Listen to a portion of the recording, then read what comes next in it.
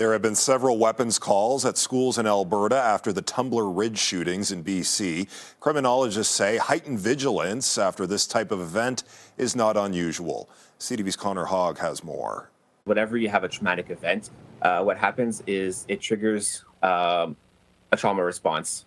Since Tuesday's shooting in Tumbler Ridge, BC, Alberta RCMP say they've responded to 4 weapons calls across the province.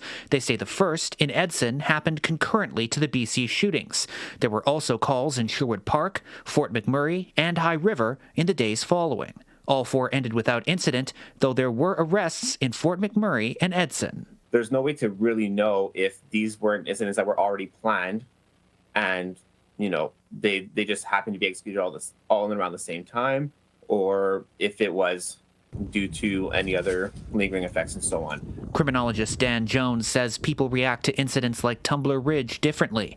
He says it can lead to hypervigilance in the community or give people ideas. He says working as a police officer after the 9/11 attacks in 2001, he saw multiple bomb threats. Some people do it because they want the attention.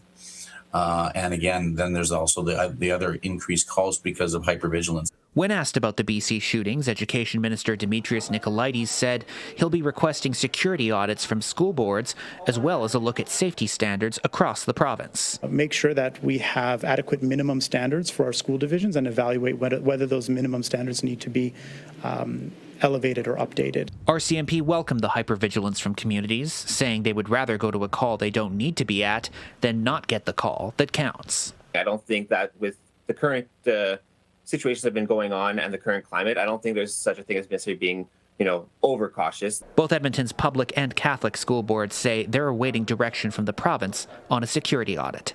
Hogg, CTV News, Edmonton.